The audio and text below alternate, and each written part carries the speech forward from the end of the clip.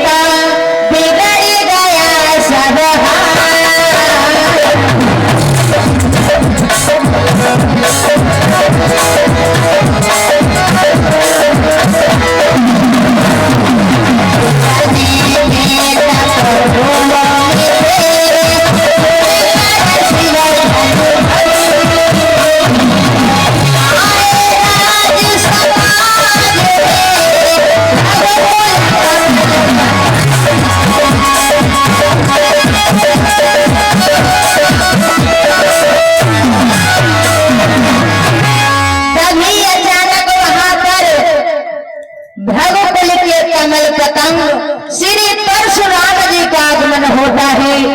माथे पर त्रिपुंड, दो धनुष हैं कंधों पर, हाथों में चमकता हुआ फरसा, आज आंखें दोनों अग्निबाण की तरह लाल है, आंखों से ज्वाला बरस रही है।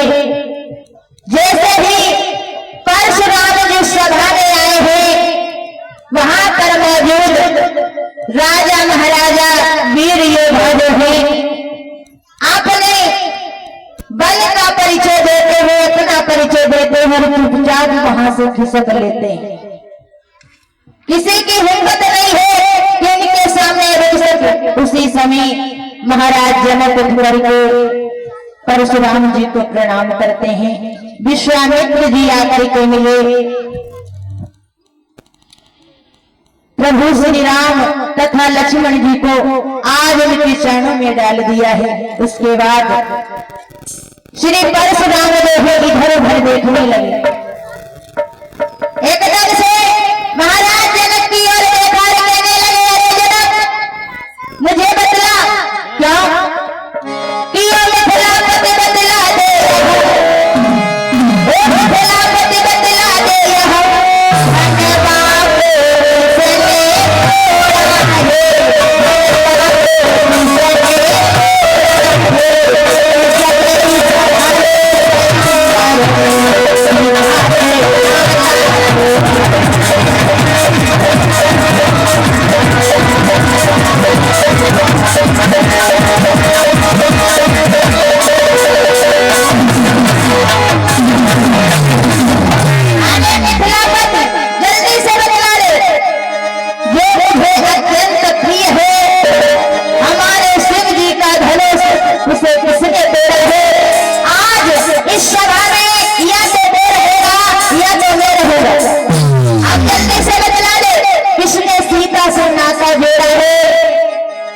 जैसे ही इतने वचन सुने हैं उस सभा में सन्नाटा छा गया है।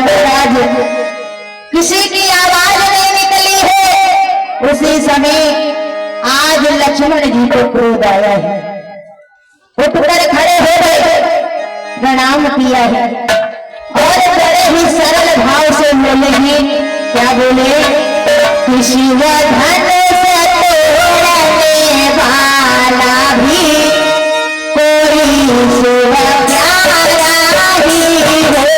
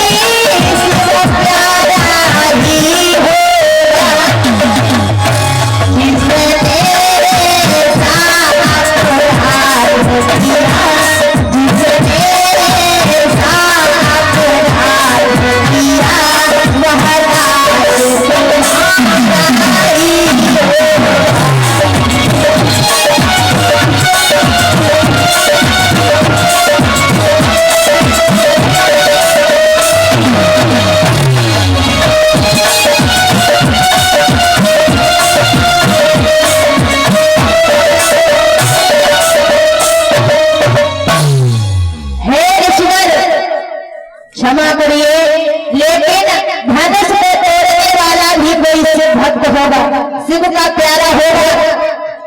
उसी समय परशुराम कहने लगे, अरे लड़के तुम बहुत ज्यादा बोल रहा है, इतना समझ ले, जो ज्यादा बोलता है, जो ज्यादा मीठा होता है, वो गन्ने की तरह गोल में डाल करके फेरा जाता है।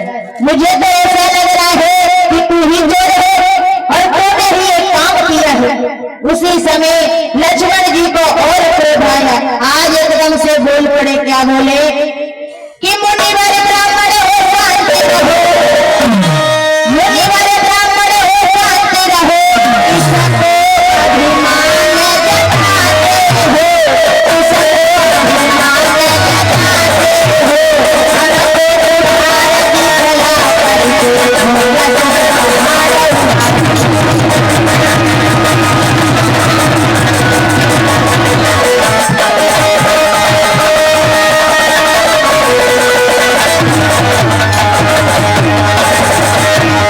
लक्ष्मण जी कहने लगे, हे ऋषिवर, ये अभिमान किसे दिखाने के लिए आए हो? मैं तुमसे डरने वाला नहीं हूँ, इतना समझ लो। उसी समय परशुराम कहने लगे, अरे राजा के लड़के, तू बहुत ज्यादा बोल रहा है, तू मेरे परसे का शिकार बन जाएगा, अन्यथा तू होगा।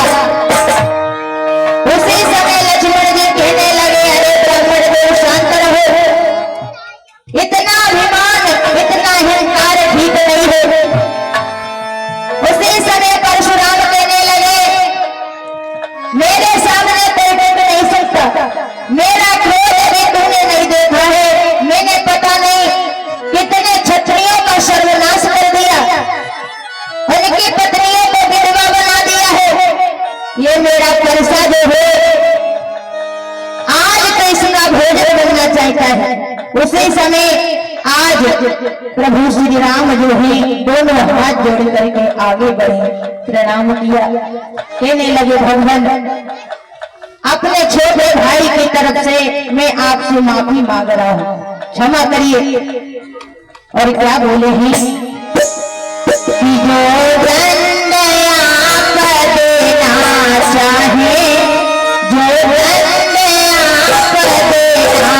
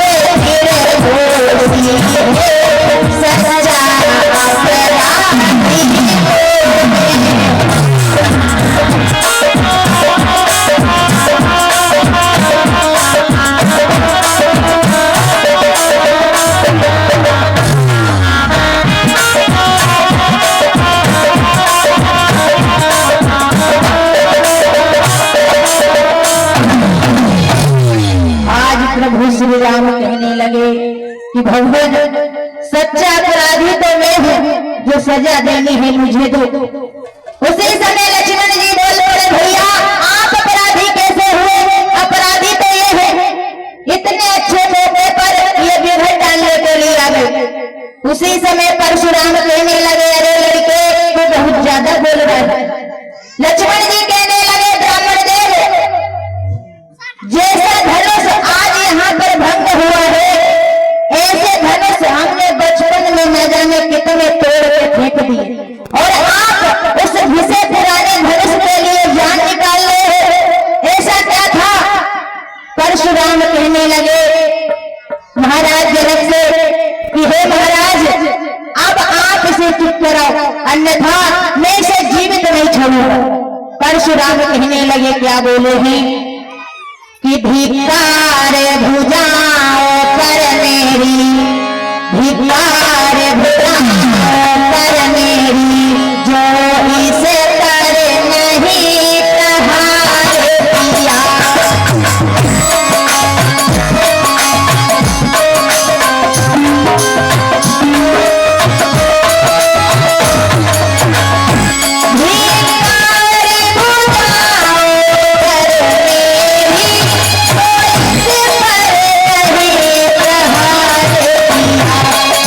Yeah.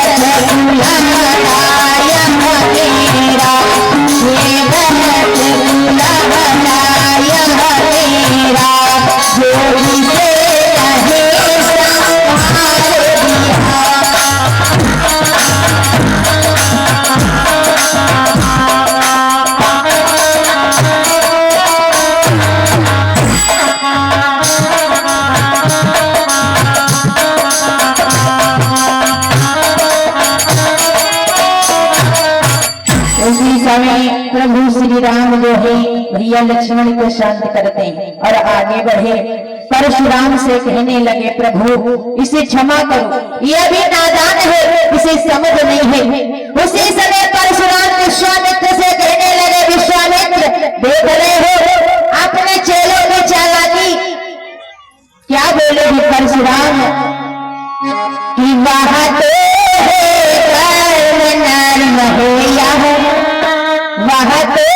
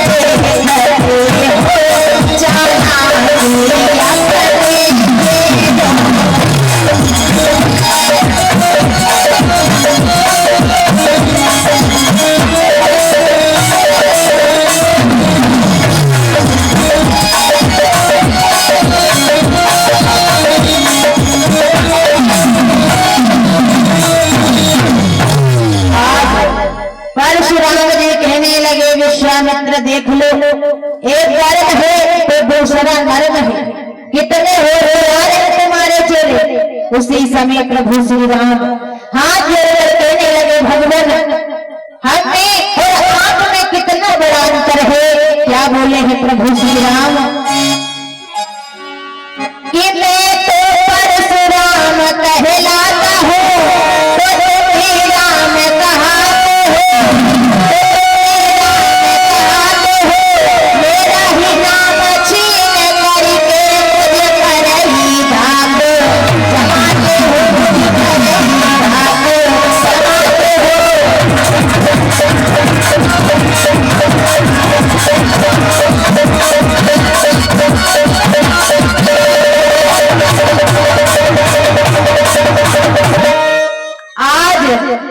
परशुराम कहने लगे अरे राम तुम चुप हो, मेरा ही नाम छीन करके मुझे समझाने आए हो। प्रभु श्री राम कहने लगे भगवान हमारे और आपके नाम में कितना बड़ा अंतर है। मेरा तो दो शब्दों का नाम है राम और आप परशुराम हो। परशुराम कहने लगे राम तुम अपना नाम त्याग दो। तभी लक्ष्मण जी बोल पड़े अच्छा ब्राह्मण देव अभी कह रहे हो नाम त्याग दो, फिर बोलोगे खाना त्याग दो, फिर बोलोगे सोना त्याग दो। मेरी समझ में नहीं आ रहा है कि तुम्हारे दिमाग में चल क्या रहा है। प्रभु श्री राम कहने लगे कि भगवान जो भी हुआ वो तो हो गया था, अब आप शांत हो गए। उसी समय प्रभु श्री राम जो है परशुराम जी को समझाते। परशुराम जी को आभास होने लगा कि ये कोई साधारण बालक नहीं है, कुछ तो जरूर है, ये कोई अवतारी मालूम दे रहा है। उसी समय परशुराम जी कहने लगे अरे राम तुम राम रमापति का चाक चढ़ाओ, कब हमें विश्वास होगा कि तुम अवतारी हो। उसी समय प्रभु श्री राम ने आज चाक चढ़ा दिया है। जिस समय चाक चढ़ाया है तो प्रभु कहने लगे अब बताओ ये बाण हम किस दिशा में छोड़े। परशुराम कहने लगे भगवान मुझे क्षमा करो, मुझसे बहुत बड़ी गलती हो गई, ये बाण आप उत्तर दिशा में छोड़ दो। प्रभु श्री राम ने वो बाण जो है उत्तर दिशा में छोड़ दिया। उसके बाद परशुराम जी बारंबार प्रभु श्री राम को प्रणाम करते हैं और भगवान का गुणगान करते हुए वहां से चल पड़े हैं। किस प्रकार से कि रघुकुल में सूर्य कमल हो, रघुकुल में सूर्य कमल हो, हे राम तुम्हारी हो देख श्री राम तुम्हारी जय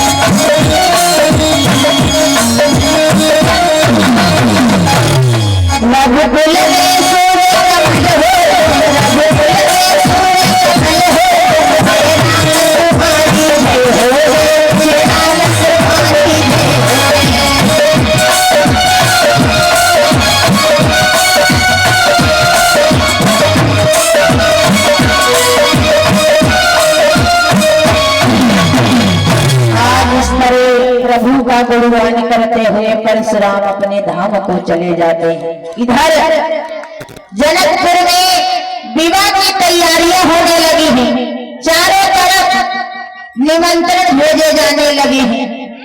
आज गुरु विश्वामित्र की आज्ञा पाकर के महाराज जनक ने महाराज दशरथ जी के लिए निमंत्रण भेजा कि महाराज आप विवाह की तैयारी करिए और बारात लेकर के जनकपुर आइए, मिथिला नगरी में आपका स्वागत है।